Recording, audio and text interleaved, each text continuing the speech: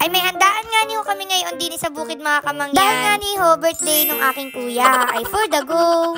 Pagkagaling ko nga niyo sa palengke mga kamangyan ay diniho agad ako dumiretso sa aming bahay kubo. Gawa ng diniho aganapin yung aming simpleng selebrasyon. Wow, simpleng selebrasyon. Balaro ho yung may birthday si Kuya Christian, pero hindi naman Kuya Christian ang tawag namin dyan, Kuya Umpong. Huy! Sa amin ng 5 magkakapatid, siya yung pangalawa. Bali yan ho yung sinundan ko, kaya kami talaga din yung laging magkaawan yan dati. Dahil kami lang din naman ho yung magaluto din eh. Hindi na ho namin apakadamihan. Hindi na ho kami gakatay ng baboy, magkakatay ng baka, ng kambing. Dahil first of all, wala naman hong akatayin. Ay sobrang nakaka-excite nga niyo mga kamangyan. Gawa ng arihong si Kuya Umpong ay ngayon na lang ho ulit mag-celebrate ng birthday niya din ho sa aming probinsya. Gawa ng dati ho, madalas talaga siyang nag-celebrate ay di doon ho sa Marikina. Gawa ng syempre, andun yung trabaho niya noon. Kahit ho gusto niyang umuwi din sa amin ay hindi siya makakauwi. Gawa ng syempre busy din. Kaya rin ho kapag birthday niya, hindi kami bati na lang sa cellphone, mag-chat-chat na lang, gayon. Kaya ngayon ho, na nandini siya sa amin, nandito ho sila sa Mindoro. Oh shit, handaan kahit pa paano. Naks naman. Bali ang alutuin ho pala namin ngayon din ay putsero at saka ho yung pansit. Ay banggit ko nga ni rin ho sa inyo mga kamangyan na hindi ho kami sanay sa mga bonggang handaan. Yung tipong may mga pa-video okay diyan. Ay wala naman kasing marunong kumanta sa amin. Hala, bakit naman binuking? Basta ho sapat na sa amin yung simpleng handaan laang tapos magkakasama kami pamilya. Ala, grabe nakakaya kayo. Ay dare na nga niyo ho at nagtulong-tulong na si Kuya Bunjing, si Kuya Umpong at saka si Tatay sa paggagayat ho na rin karne. Ay nung nakaraan nga niyo ho, nag-usap-usap na kami kung ano bagay yung gustong lutuin, kung mechado, apretada, minudo, kaya naman ay yung kaldereta. Dahil nga niyo kami litong-lito din dun sa 4 na yun, kako ay magputsero na lang kami, parang wala nang gulo. Sakto din naman ho na hindi talaga madalas na inaluto ho yung putsero din sa amin. O edi kako, edi din sa birthday ni Kuya alutuin, ay for the go. Pero areho mga kamangyan, alam nyo ga, ang tingin sa amin ng mga tao din sa amin dati, mayaman kami. Hala, sana tunay. Kasi nga niyo ho, syempre si Tatay ay konsehal. So, ang tingin talaga ng mga tao nung sobrang laki ng sahod. Tapos kami nang sa school lang inasabi talaga ng mga teacher, ay yung tatay niyan konsehal. So, talaga naman proud na proud ang mga personality.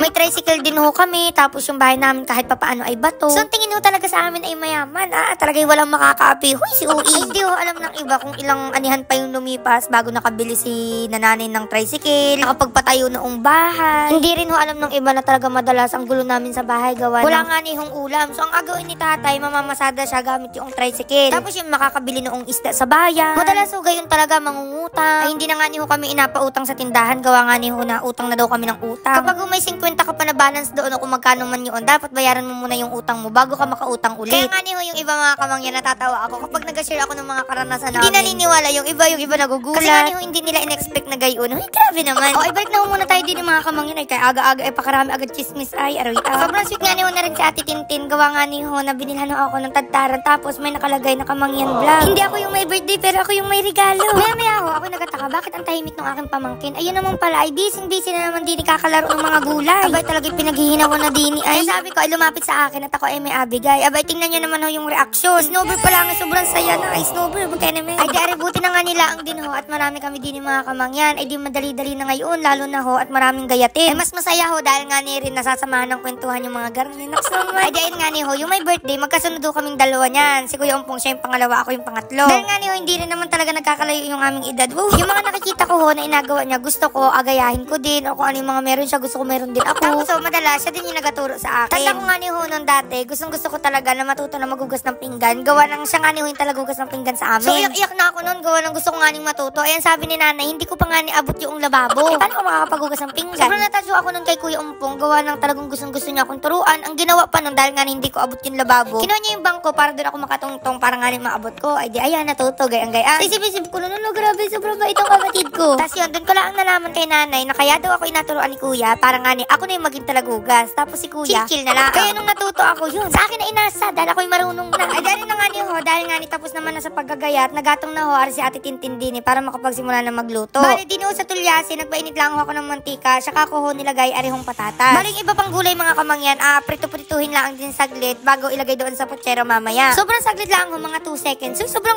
sobrang bilis naman. After ilang minuto mga kamangyan siguro mga 3 to 5 minutes edi ayan at nilipat na ho namin din sa isang lagayan para malaprito naman namin yung iba pang gulay. After ho noong patatas edi sinunod ko naman ho arihong karot. Sabi ko pa nga ni ho din buti na lang at medyo akaunti yung alutuin namin ngayon. Gawa nga ni ho sobrang bilis talagang lumipas ng oras. Oh, grabe naman. Parang kanina lang ay naghuhugas ako ng karne. Ngayon ay malapit na agad magtanghalian. Ay di kinakulo na agad ang mga tiyan. Pero madalas ho talaga yung mga birthday yan din umaga pa lang or mga madaling araw pa lamang nagaluto-luto na. Tapos ang pinakanghandaan talaga sa hapon pa mga alas 3 hanggang gabi. Alam prinito lang mo pala din yung mga kamangyan ay yung patatas patatas, yung carrots, at arehong saging na saba. Iba ho kasi kapag prinito, talagang malinamnam. Wow, malinamnam. At dahil nga niyo, saglit lang din naman ho yung pagpiprito, ay dinatapos din naman ho agad aring tatlo. Ay for the go. Dini ho sa tulyase, ay dinilagay ko na ho aring karne. Bali, palabas-labasin lang ho yung mantika na rin. Sabang nagaluto nga niyo kami dini, aba ay may dumating ho kami na bisita. So areho si Ate Carol, galing Japan, arigato. Tapos areho si Ate Karen, taga dito lang naman na sa amin, na rin si Kuya Joseph. Sabi ko nga niyo, ay saktong-sakto, at hindi pa tapos yung aming mga gayatin dini. O, ay di kami nadagdagan ng katulong. Ay dari nga niyo si tatay, kumuha ng bangko, abay nakiuna-una naman na rin aking pamangkin. Tama. Nung lumabas na nga niyo yung sariling mantika na rin karne mga kamangyan, ay dinagisa na ho ako diyan, na rin bawang at saka sibuyas. Dahil lang ho, ari na magkulay blue. Hindi. Nung medyo ma-brown-brown na nga niyo, saka ko naman nilagay dini, arihong kamatis. Ay for the go. Nung medyo naglambot-lambot na nga niyo yung kamatis, ay di ayan at pinagsama-sama ko na, mekos-mekos niya ni Insan. Ayan, sinunod ko na hong ilagay dini, arihong pork and beans, arihong patis, tapos syempre, arihong pork cube. Naglagay na rin ako diyan ng paminta, tapos sinunod ko ho diyan, arihong tubig. Tansya-tansya na lang. After ho doon, ay di arihong tomato sauce. Tapos yan, pakulo-kuloan na lang ang yaan. Di, nagabantay ho diyan si Kuya Bunji, si tatay, at arihong si Kuya Joseph. Maya ho, nung nakulo-kulo na, saka ko naman ho nilagay arihong chorizo, para lang din ho aring hotdog. Syempre ho, aring asukal, pambalansin ng lasa, tas ayan, hinalo-halo ko lang ho. Tapos pagtingin ko nga ni Odini sa may gilid, abay, tingnan nyo naman ang senyorita. Wag senyorita. Ay, sabi ko nga ni Odini kay nanay, ay ilagay na niya yung daladala niya dini, para siya hindi na manghalay doon, para maganda yung kanyang pagmuni-muni. Wow, pagmuni-muni. At dahil nga ni luto naman na yung karne, malambot-lambot na, tapos yung namang mga patatas, yung carrots, yung saging, yun naman ay medyo na prito na kanina. Kaya saglit na lang ho, yung pakuluan diyan, medyo apakapitin lang yung lasa. Kaya ho, kinuha ko na yung iba pang gulay. At naglaro-laro pa ako diyan. Ay, sinalansan pa, inayos pa talaga ang pagkakalagay. Akala mo, hindi aguluhin. Habang napalambot pa nga niyo yung gulay diyan, mga kamangyan, kako ay intindihin naman namin yung mga agamitin pa doon sa pansit para masimulan na rin. O, diga, saktong-sakto ho talaga yung dating ng aming mga bisita din. Talaga kami may makakatulong. Ay, bali ano palang mga yan, mga kamangyan, ay hindi na rin ho iba sa amin. Gawa ng pinsan huyaan ni Ate Tintin, ng asawa ni Kuya. Ay, alam nyo gawa mga kamangyan, dati kapag kailangan ko talaga ng mga makakasama sa vlog, kasi hindi available sila tatay, ay talaga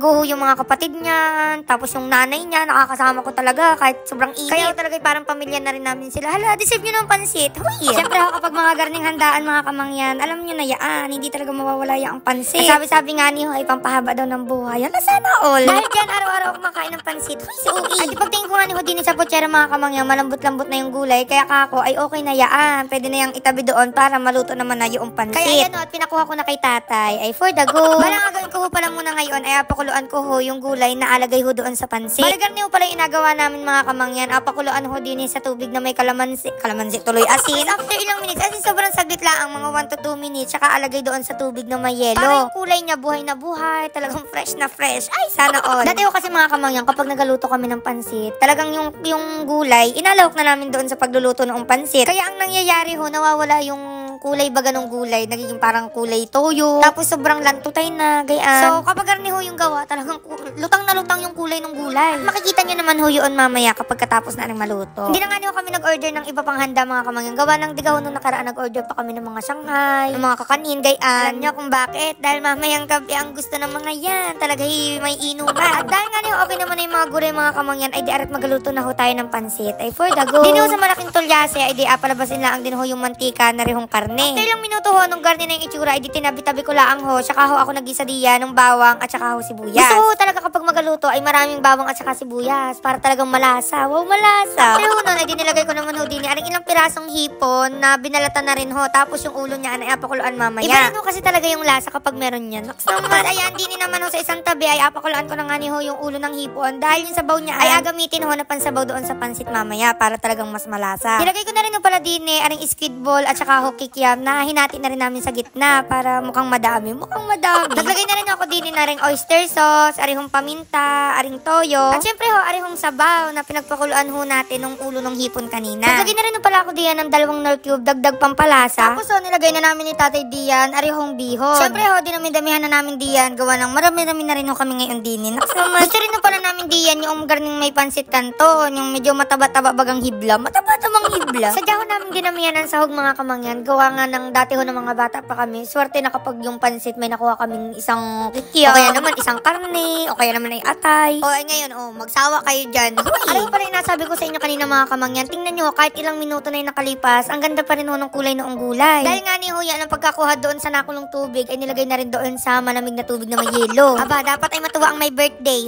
Ay di naman ho, sa may tabi ng bahay kubo, ay nagtulong-tulong na sina Ate Shane. Nailagay nga ni ho yung happy birthday. At tingnan nyo naman ho yung pinakantelan na ginamit diyan, hindi halatang kortina. Ay di ho kasi kami nakabili ng panlagay talaga diyan. Kaya sakto naman na dumating yung order ni Ate Tintin na kortina. Ako ayun na lang muna ang gamitin diyan. Tingnan nyo naman ho aring aking pamangkin ay pinagluroan na yung pulbo ni nanay ay At dahil nga ni ho okay naman na yung pansit ay dinala na ho ni tatay at saka ho ni Kuya Joseph din ho sa may bahay kubo. So syempre bago nga ni ho kami kumain kako ay kantahan muna namin ng happy birthday aring si Kuya Umpo. Para syempre ma-feel niya na birthday niya talaga. Naks naman ginaulit pa nga ni ho namin diyan na baka siya ay magngal-ngal at umiyak-iyak na diyan ng todo. Grabe hindi pa rin ako makapaniwala mga kamangyan. Ang bilis talaga ng panahon. Parang kailan lang nag-aawayan pa kami niyan sa remote. Ay pagtingin nga ni ho namin din sa isang tabi, hindi pa kami nagasimulang kumain. Abay mga ngalahatin agad aring cake. Abay tingnan niyo naman aring aking pamangkin. Dahil mga kamangyan, sobrang dami ho talagang lahok na rin ating pansit. Ay pwede nang ibenta sa labasan. At para ho makakain na dahil magutom-gutom na, tinawag ko na rin ho yung mga kasamahan namin din sa kubo, yung mga bisita din ho namin. Naks, may bisita. So ayun mga kamangyan, feel na feel nga ni ho namin yung handaan ngayon gawa ng syempre ang dami ho namin din Tapos sa mga hindi po nakakaalam, kung ano ho yung lasa ng